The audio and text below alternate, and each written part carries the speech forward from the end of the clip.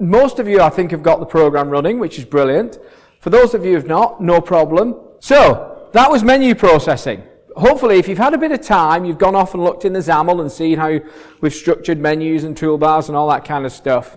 What we're going to move on to now is the list processing. The Toolkit program that exists, that we've got today, presents a simple list, and you can scroll up and down it and select items off it, and life is good. If you ever want to go back to that Toolkit program and look at it, just check in from a command box, open through Workbench. Don't edit the Synergy INI file, edit the Syn user INI, and change that true to false. That's all you need to do. Save that file away, run your program through Workbench, and you'll be back at the Toolkit one. So if you want to see how it was compared to how it is now, it's as simple as that. And that will work for the rest of the day. You can swap between true and false, and the same program will run in Toolkit and in WPF. And that's the idea. We're sort of migrating bits of it away without sort of having to rewrite everything. So, we're going to move on to list processing.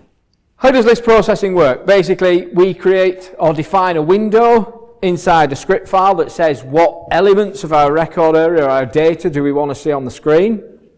We define a list class that says how many rows and how many headers and whether it's ActiveX and simple things like that. We're not using ActiveX in our example. We define a load method. The load method is the key to this. The load method is the routine that the list processor calls to say, give me the next item, give me the next item, and it pages those items onto the list as they're required. And then you have the list selection loop where you do an L select or an L process or whatever it is you want to call, and you listen for menu entries, or you listen for they've selected an item in the list, one of those two things. I did mention that the load method is the key to this. If you do Toolkit processing and you've got list processing inside your applications, if you are not using a load method and you can do Toolkit list processing without a load method, this whole section is not going to work for you. You have to be using load methods for this to work. Okay? I think nowadays everybody will be using load methods. It's been the sort of norm for a very long time. So in our script, we're defining a window. It's a single line, it's 80 columns wide, and we've got a couple of fields on there from the repository. We're just displaying the ID of the description. We create it in script, we compile it into our window library, life is good.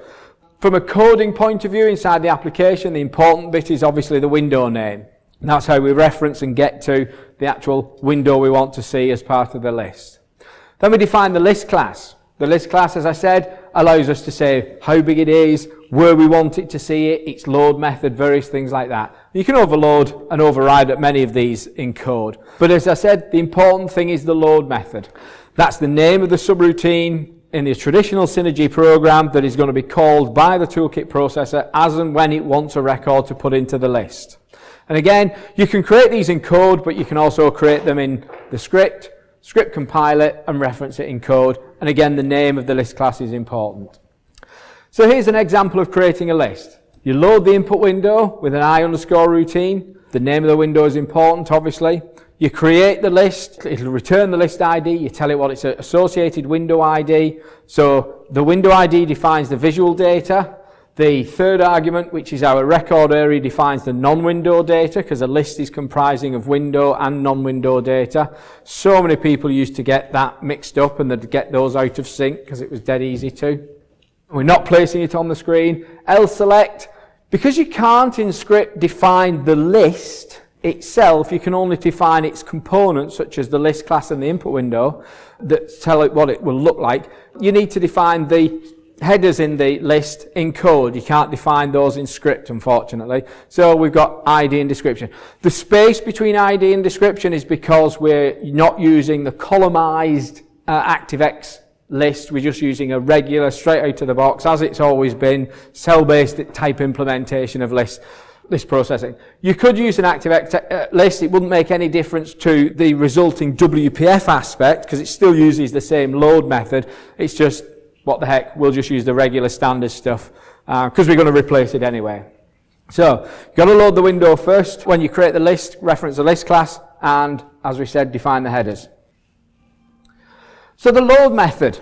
The load method says, tell me what you want and I'll give it to you, when you want it. So, you get a request that comes through. Now the request from a Toolkit program can actually be one of two. It can either be, give me the one after the one that I'm on, or give me the one above it, because you can do reverse loading of a Toolkit list. From the Symphony UI Toolkit standpoint, we don't really support that. You tend not to. You sort of load the list from top to bottom. It's not that we couldn't. I've actually never come across anybody who's implemented reverse loading of Toolkit lists, so I've not gone ahead and implemented anything fancy like that in the Symphony side.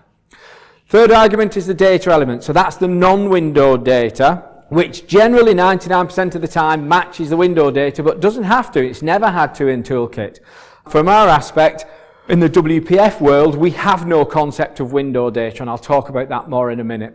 The input window ID. From a Toolkit point of view, that is the ID to the list window that you will display into. From a WPF standpoint, we don't pass anything there. We'll pass 0 through. It'll be nullified. A disabled, that means when you return from the load method, you can say, by the way, this item is disabled, so don't allow them to go through it. The WPF stuff currently doesn't support that. Item index is used to say, well, which item in the list are you asking for? Is it item number 1, i.e. the first one, 2, 3, 4? Generally, you'll use that as an indicator of, oh, do I need to open the file? Because a lot of the time, the load method would open the file if you're asking for the first item. And the second and subsequent items, you assume you've still got the file open. Because obviously, you wouldn't open and close the file on each iteration of this routine. So that's the load method as defined by the Toolkit.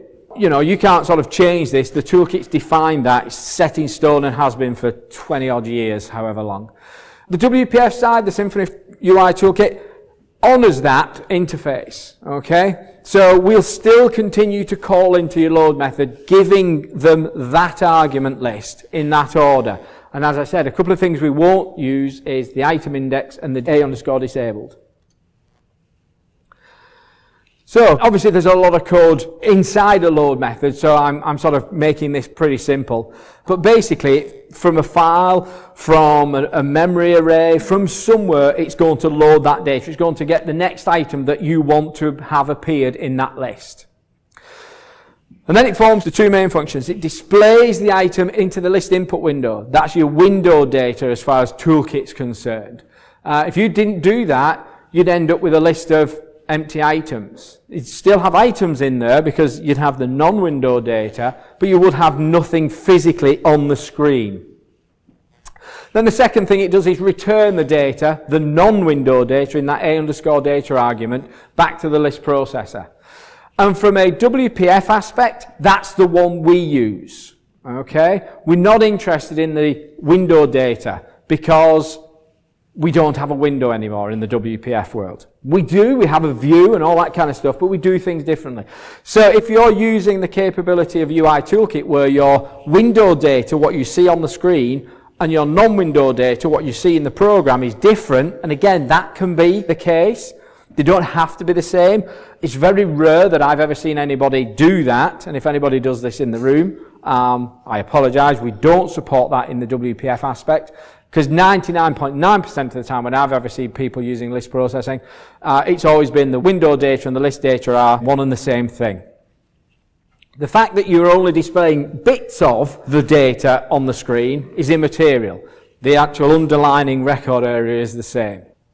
That A_request, we pass through to you to say load at the top or load at the bottom, so give me the next one, next one, next one, or give me the previous one, previous one, previous one, and we then expect you to send back to us nothing, as in that we got that one, thanks, that life is good, carry on processing, or you'll send back a signal of D_LEOF that says, I ain't got no more for you. So the last item you read, you'll return back. The next time it comes through, your load method is going to say, there's no more in the file, there's no more in the memory array, there's no more wherever it's coming from. Therefore, I'm not going to display anything, I'm not going to pass the data back, I'm going to pass back a request of DLEOF. And again, the Symphony UI Toolkit honors that DLEOF. So it will keep calling your load method until you signal back to the calling routine, D_LEOF. So it's still honoring the same sort of stuff as the Toolkit does. So I'm going to break away now and go back to what the heck Symphony Framework is all about. Symphony Framework It was this tiny little thing, and it's sort of grown, and I'm going to do a presentation on Wednesday of an update. There's a whole raft of things that have been added to the framework over the last couple of years, really, and certainly the last 12 months. But at the core of the Symphony Framework, there's all this periphery around it, but at the core of the Symphony Framework is what we call a Symphony Data Object. In the original days, the Symphony Data Object was quite a fat class. It's code generated to start with. It's based on a repository structure, just like everything in your toolkit should be, and ideally is. So you have a repository structure with all your fields in, and against those fields you've got what type it is. So is it an alpha, an integer, a decimal, or an implied decimal? You've got things like prompt information, headers information. You've got things like whether it's a required field, is it mandatory? You've got things like default values. So whenever you create a record area in the toolkit and an iDisplay, that value will always have today's date in. That value will always start off with the number 1. It's got selection criteria against it. And basically, the Symphony Framework uses CodeGen to generate this data object. And in simple terms, the data object is a representation of your repository structure, just like when you do your dot field in an input. It's exactly the same concept, but instead of an input window, it's a class. Instead of a record area, it's a class. Now inside there's lots of fancy things. We don't need to worry about all of them today, but there's quite a lot of intelligence inside a data object. So it takes the information from the repository and says, okay, I will create a property for the first field I come across in the repository structure that you've given me when I code generate, and I'll create a field and I'll call it whatever the first name field is, so I'll call it customer ID. I'll make it an alpha, and I'll make it 10, because that's what the repository says. I'll say that it's a required field, so I'll set a flag inside the data object that says, unless there's information in this field, this data object is invalid. Okay, so there's a single property that you can access on this data object that says you're invalid. Now you can use that within your application to say, well, until this data object has a property that says I am valid, and that's true, then this button I'm not going to make enabled. So they can't hit the save button. And that's a different way of thinking, because your sort of traditional toolkit would have a button there, and they click it, and then you go through all the fields and say, oh no, you've not entered anything into the customer ID, therefore it's not valid. And you'll put up a message, you'll stop them in the tracks. We don't do that now.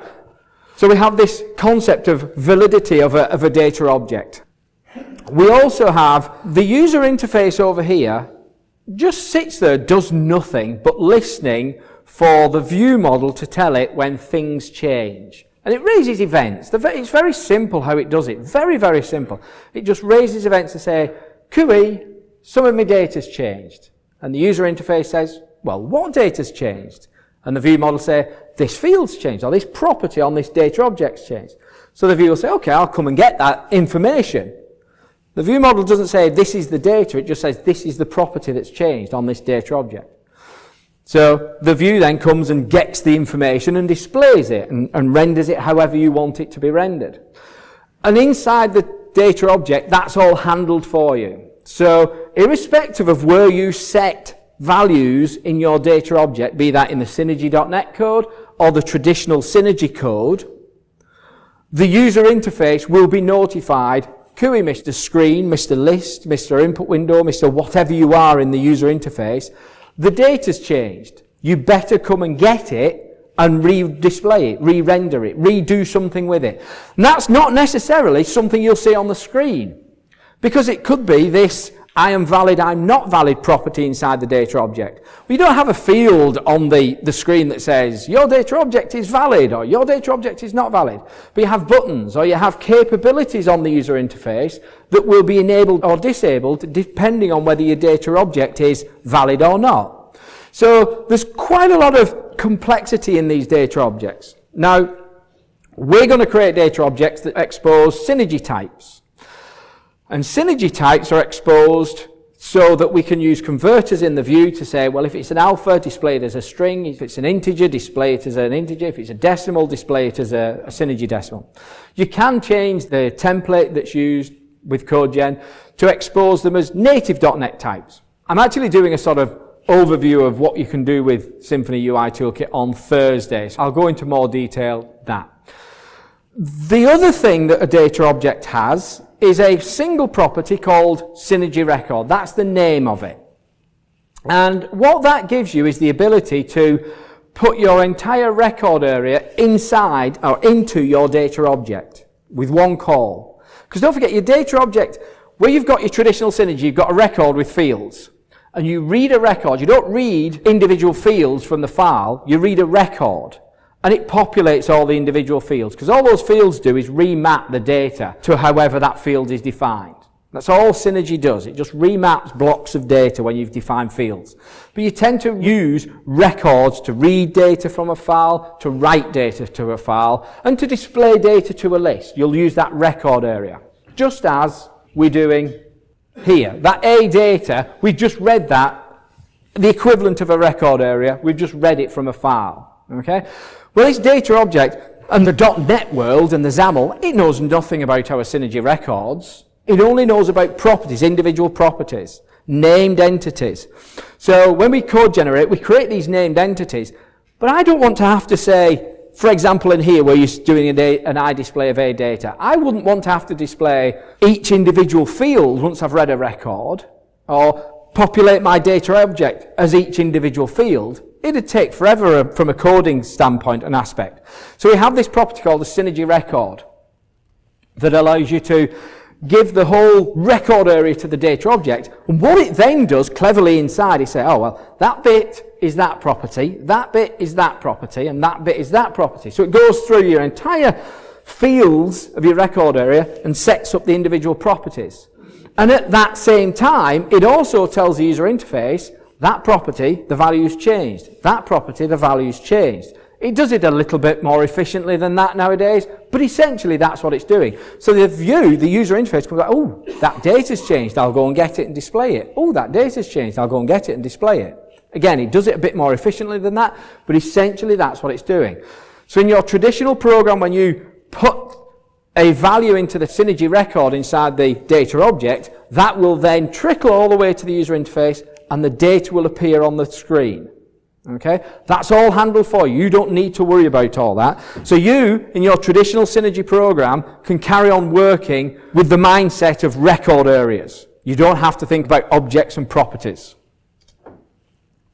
A list, then, is like a dynamic array. But essentially, in the sort of modern world, we use collections. And collections allow us to have one or more, or none really, you can have a null collection as well, but essentially one or more somethings many times. And those many times can be any number of times. It's not like an array where you say the bounds of the array are 10. You can only have 10 items in the list, that's it, thank you very much. If you've got 11, tough, you'll never see it. In .NET there's a collection called an observable collection. As the name suggests, is observed by the user interface. So when you change the collection, so you can think of it as an array, but it's an array that says, oh, somebody's added something to me. I will tell the user interface, whoever's listening, whoever's displaying me, that my contents have changed. And the user interface knows that and will redisplay whatever it needs to from that collection inside your grids or lists or whatever. Thanks, Microsoft. That's brilliant. That's absolutely fantastic, because all I need to do now is create this observable collection, call my load method, that'll return me some data, I'll put it into the synergy record of my data object, I'll put the data object into my collection, it's observable, so it's being observed by the user interface, therefore the user interface will know that I've changed something in that collection, and it will display it. That's brilliant. That's absolutely fantastic, Microsoft. Except what you forgot to do is think that many things in the real world of programming happen on threads. In fact, absolutely everything happens on threads in .NET. In traditional Synergy, we have one thread. We've always had one thread. We will only have one thread, and that's the program thread. Full stop. But in the .NET world, you'll have a UI thread, You can have a background worker thread over here. You can have a background worker thread over here. You can have a different sort of thread here. And what happens is, when you run a program, everything starts off on the main UI thread. And life is good. And if you do something on an observable collection, i.e. you add something, and that is running on the UI thread, the main program thread, life is good. Therefore, the signal will get sent to the user interface on the UI thread, life is good. The UI will come back, get the data on the UI thread, life is good. Okay? Sounds simple. However, if you move that processing onto a background thread because you want to improve performance, you don't want to freeze the application so the user can't do anything while you're loading this list, then you're on a different thread. So if you raise oh, my user interface has changed on your background thread, your UI thread's going to know nothing about it because you're not on that thread. So it just goes off into a black hole. Therefore, your program happily loads the collection and it's observable, so it's raising all these events on this thread that says, hey, I've changed. And the UI's going, nobody's telling me anything. Nobody on my thread's telling me anything. So what I did in Symphony Framework is create AsyncObservableCollection, which synchronizes between the two threads. Okay? So if you're on a background thread and loading your collection, your async collection, and you use the add to collection as opposed to the standard add method, then I will basically, what I do is put you back onto the UI thread, raise the notification, it can get the data, and then I put you back onto the worker thread that you're working on. So that's what we've tried to do. We've kept things safe. So you have this view model, and you expose a AsyncObservableCollection to your user interface of type Data Object Base. I've not mentioned Data Object Base before, so I'll mention it now. Data Object Base is the base class inside the Symphony Framework from which all your data objects are extended from. Okay? They're all built on top of a Data Object Base class. Basically, if you have a class called A, and B extends it, so B becomes A plus lots of trendy stuff, and that's what our code generated does. We have this Data Object Base, and our structure-based code-generated data object uses that and extends it and makes it bigger, then any type of data object base derived class can be referenced as a data object base. So I can put a part data object into something that has a data object base because it extends it. It's just an easy way of being able to not have to write specific code. You can write generic code. We're going to call it part list, and we're going to return, it's not on this slide for some reason, I'll have to check why, but mPartList is a private member of the same AsyncObservableCollection of data object base. You'll see the code when you get inside the application. And here is our equivalent of our .input in our script and our .list class, all combined together. And we've got some nice things in here. So here we've got a grid. So this is going to define a grid with headers and columns. Here we're defining the columns. We've got two columns. We've got an ID and a description. Now, the headers for these, remember we had that LSect and we had ID and description. We've not used hardwired text in here of ID and description. We've used a static resource, and it's got a name of part ID heading, and a second static resource with a name of part description heading. They are part of what we call styles, and I'll talk about styles a little later on. But styles are code generated, and life is good with them.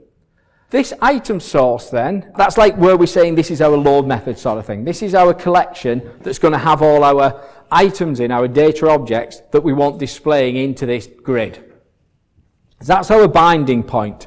That is this public property in our view model. That's our binding point. Selected value, when you highlight an item inside the grid that's on the screen, that selected value will change to represent the one that's currently selected inside the grid. A couple of properties like can user add rows? Well, no, we're not going to allow list input. Can user delete rows? Well, in theory, we should allow that, but we're going to keep it the same way as our toolkit, so we've got that button on the toolbar, so we'll say no at this point. Can user sort columns? The last one, true. Out of the box then, unlike the UI toolkit, you can sort the columns by clicking on them. So there's no code required to be able to do that. So now we can click on the columns. The event trigger, I'm not going to go into too much detail. If I double click it, then I'm going to execute a command called part selected. And that allows me to get the item that they've double clicked on and go and take them into the input processing style of the program. Things can get a little confusing here, but I've sort of tried to make it as simple as possible. We need to be able to call from the .NET view model, essentially, into our traditional Synergy and say, here's the name of the load method, call it for me. Just like the toolkit list processing, you give it the name of the method, you don't link it together, you give it the name of the method and it XSubRs into the load method for you. And that's essentially what this code is beginning to do. We have this intermediate stage because of the .NET API that we're using to be able to host all this fancy WPF inside the traditional Synergy program. So we've got a method called performLoad that says mPartList, that's my AsyncObservableCollection, so that's where I want you to put the data into. Remember, it's a collection of data object base, so I can put anything into that that is derived from a data object base. The type of says, okay, so what actual data are you going to put in there? Okay, what type of class are you putting in there? Well, it's a class of part data. The third parameter is if there's any pre-processing required. And then the part load is the load method. That's the name, the traditional Synergy routine that you've got in your existing program that does the load processing. Part data.rps structure size, that's the size of the structure. That's when you code generate it, we add that constant on there called RPS structure size that just says it's a number. If your record area is 100, RPS structure size will say 100. It's one of the things that the toolkit doesn't allow you to get at. There's nowhere in the toolkit when you've got an input window or whatever that you can actually get to the underlining size of the data area. It's an oversight in the toolkit, so we added it into Symphony. mProgram data handle and mProgram data size, they are memory handles to list, load, method, data. Okay? Because you can have additional load method arguments. We currently only handle one, so if you've got more than one, we have to do some work for you. But we actually allow you to have list, load, method data. Like you've got input processing method data, you can have select processing method data. We can pass that on to you. So that's a signature to the method that we've written. So that gets called, and then on the next slide, what we do is raise the event back to the host Synergy program to say, I would like you to call this load method and give me this data and carry on doing it until the end of the list. Until I get a DLEOF back, essentially. Okay? So that one line of code is now going to call through to or raise an event that allows me to call through to my load method. That was in the .NET, the Synergy.NET stuff. Okay? Now we're back in our traditional application. Now, what you've already been coding is what we've called the boilerplate. The boilerplate is the scaffolding between the .NET side, which is fine and wonderful, and the traditional Synergy program that exists and has done for 20 years. This thin boilerplate code, the scaffolding. So we have to add a handler that says, oh, there's an event being raised that says I want a load method executing. When you add a handler, you have to tell it what subroutine, what method to call. So we define one called doListLoad method. Inside that, just like the UI toolkit does, we're going to XSubR into our existing original load method code. We're not changing the subroutine at all, the interface to it. We're going to call straight into it. The one line of code we do have to change is where we iDisplay, because we don't have an input window anymore. We don't have window data and non-window data, we just have list data. We're going to use this concept of if doing TK, iDisplay. So only if we're running it as a toolkit program do we want to iDisplay into the input window. Otherwise, we don't. We're just going to pass the data back. And doing TK is just a value that, well, in fact, it's a macro, but essentially it's a value that is set based on that Symphony running WPF environment variable. If that's set to true, doing TK will be set to false. If Symphony running WPF is set to false, doing TK will be set to true. So now we can run the same code as either a Toolkit program, or we continue to run the same code as a Toolkit program and as a WPF program. Okay? The next exercise is relatively straightforward. So, list processing. You're going to add the code to raise an event to say, I want to call my load method, please. You're going to register the event to say, oh, there's an event, therefore I'll call into the original code. You're going to modify the load methods to add that one line to suppress displaying the window data, because we don't have an input window. And remember I was talking about data objects and the synergy record property? That's exactly where you can use this synergy record by saying, here's some data. So you'll see that. So if you look at the program, it starts off with a list. That's one list load method. Assuming you've all been into the program and you've gone in the drill methods for the product group and the supplier, there's two other lists. So you're actually going to be recoding or reutilizing 3 list load methods and the various code associated with it.